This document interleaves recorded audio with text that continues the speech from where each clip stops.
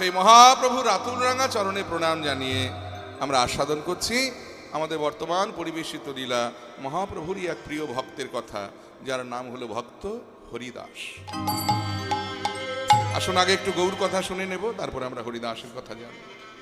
মহাজন বললেন যে কলি ঘোর তিমিরে গরাস হলো জগজন, ধর্ম করমর্হ দূর, অসাধনে চিন্তামণি বিধি মিলাওলো আনি গোরা বড় দয়ারু ঠাকুর। এই কলির যুগ, অন্ধকার গ্রাস করেছে কলির যুগকে যখন, ঠিক তখনই অন্ধকার থেকে আলোর পথ দেখাবার জন্য আমাদের মাঝে অবতীর্ণ হলেন আমাদের চৈতন্য মহাপ্রভু। আর সেই মহাপ্রভুর গুণের কথা এক বদনে বলে শেষ করা যায় না। তাই তো মহাজন বললেন, ভাই রে ভাই আমার গোরা গোরা গুণ কহনে না যায়, আমার গোরা গুণ কহনে না যায়,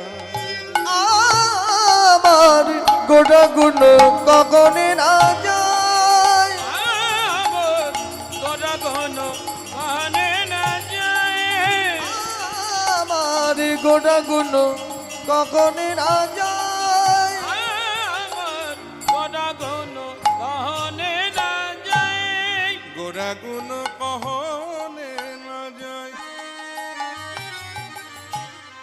আমার গোরা গুণ গোরা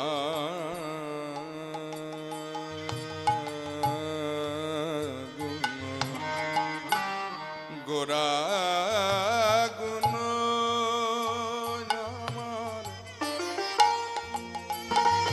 আমার আমার গোরা গুণ আমার আমার গোরা গুণ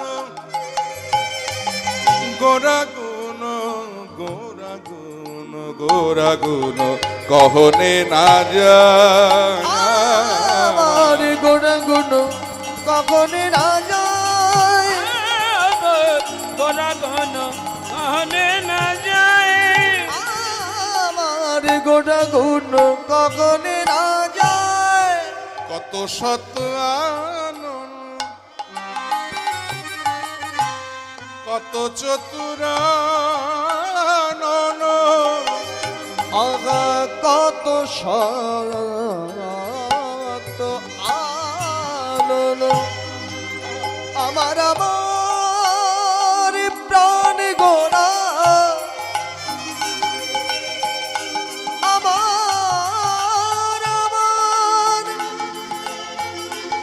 ভাবনিধি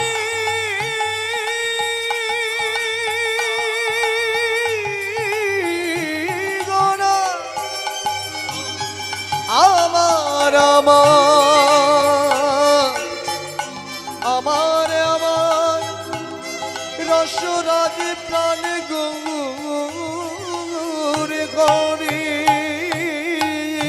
ওগো কত শত আনন্দ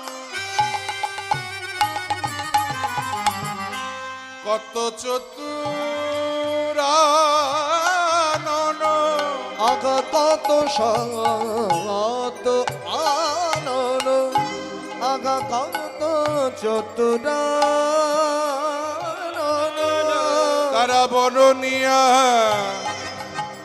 ওরে নাহি পায়, গোরা গুণ কহনে না যায়, আমার গোরা গুণ কখনে না যায়। তাই গৌর হরিবল, আমার গোরা গুণ কহনে না যায়, আমার গোরা গুণ কখনে না যায়, আমার গোরা গুণ কহনে না যায়।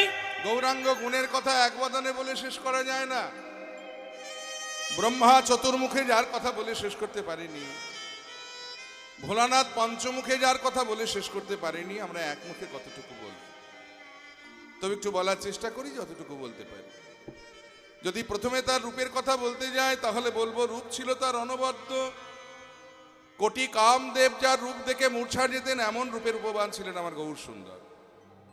আর গুণের কথা বলতে গিয়ে বলবো বাবা, গুণ ছিল তার অপরিসীম, অর্থাৎ যার কোনো সীমা হয় না।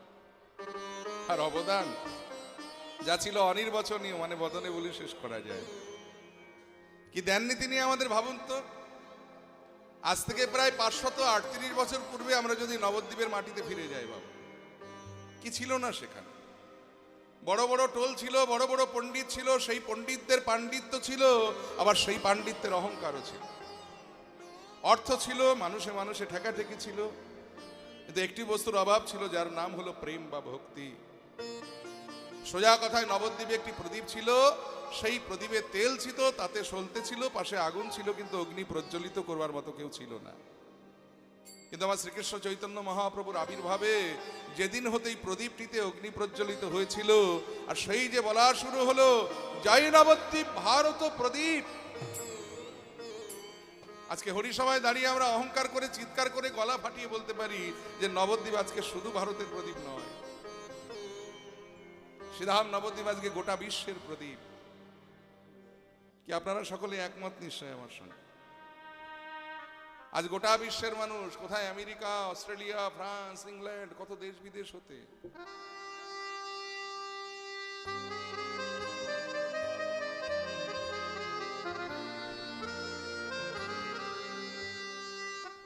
হরি বল, হরি বল, হরি বল।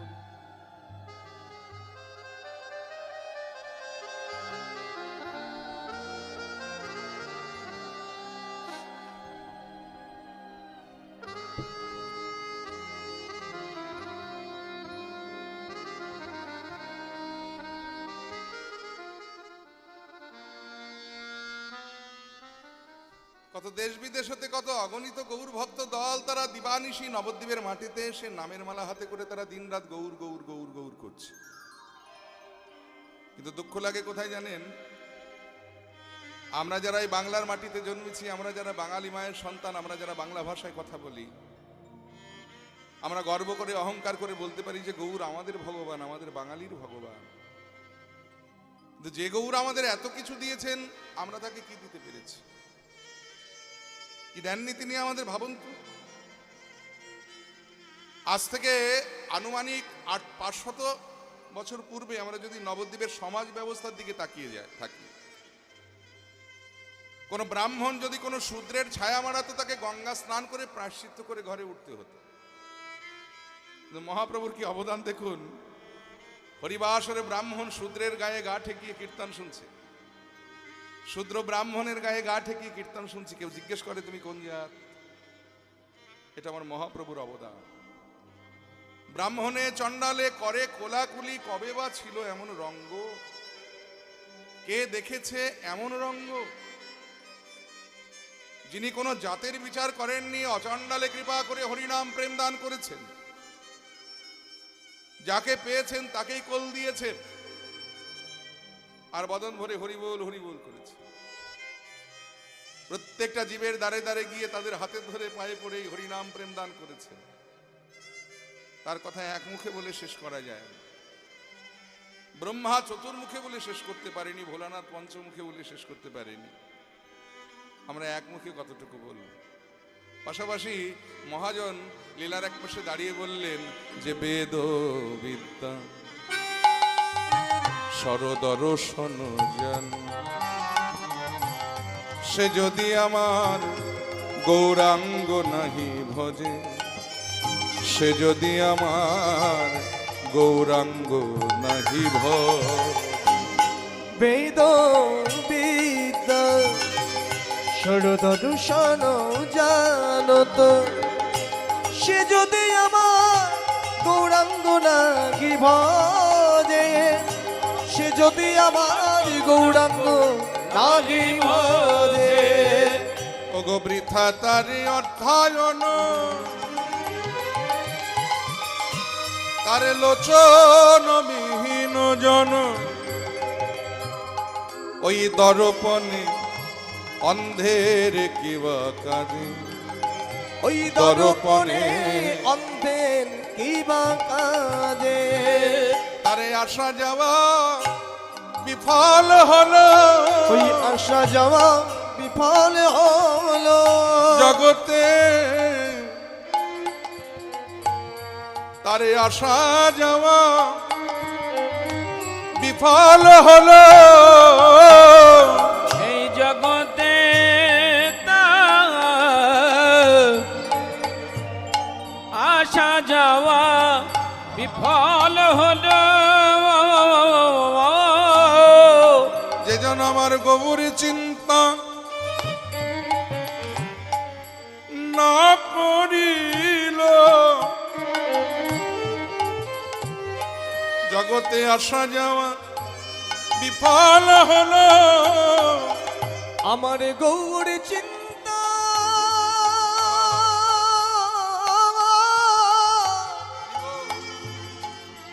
গৌর চিন্তা না করিল,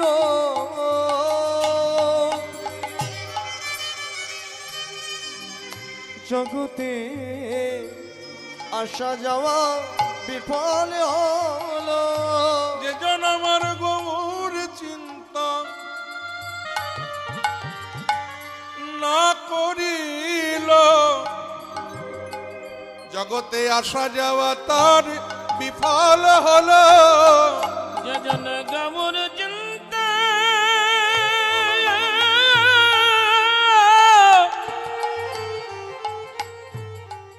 চিন্তা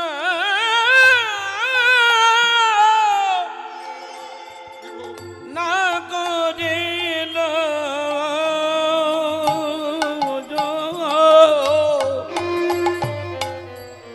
জগতে আসা যাওয়া তার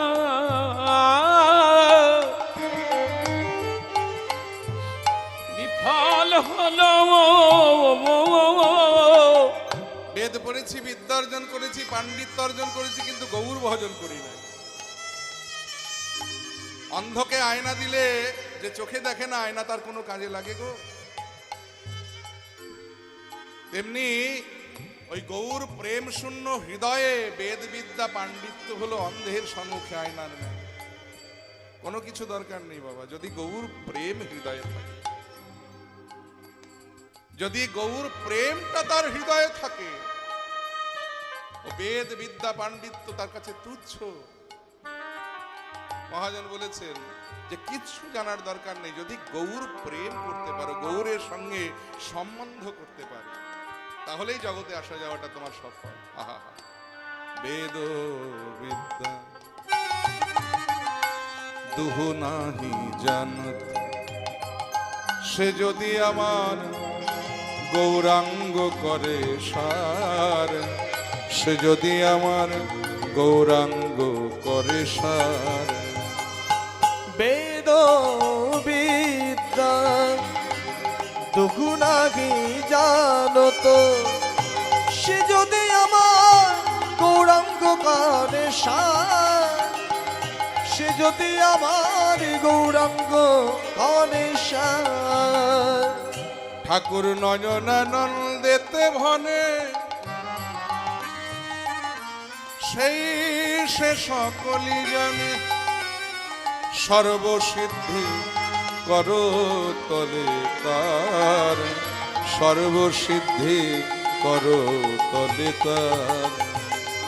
তারে আসা যাওয়া সফল হলো, তার আসা যাওয়া সফল হলো। এ জগতে তার আসা যাওয়া সফল হলো। জগতে তার আসা যাওয়া সফল হলো। যেজন আমার গৌর চরণ সার করিল, জগতে আসা যাওয়া সফল হলো। আমার গৌর জন তাই গৌর হরি বল। গৌর চরণ সার করিল, এই জগতে আসা যাওয়া সফল হলো। যেজন আমার গৌর চরণ সার করিল জগতে আসা যাওয়া তার সফল হলো যজন গৌর জন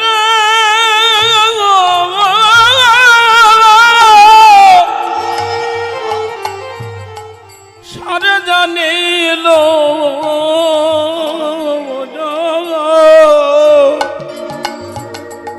আসা যাওয়া সফল হলো যেজন আমার গৌর চরণ সার করিল দিবানিশি গৌর প্রেমে ডুবে রইল ওই গবুর চরণ সারি করিল আমার গৌর প্রেমে ডুবে রইল মন চাদন সারে করিল আমার গৌর প্রেমে ডুবে রইল ওই না গবুর চরণ সারি করিল আমার গৌর প্রেমে হরি রইল গবুর চরণ সারি করিল আমার গৌর প্রেমে ডুবে রইল চরণ সারি করিল আমার গৌর প্রেমে ডুবে রইল তার আসা যাওয়া সফল হলো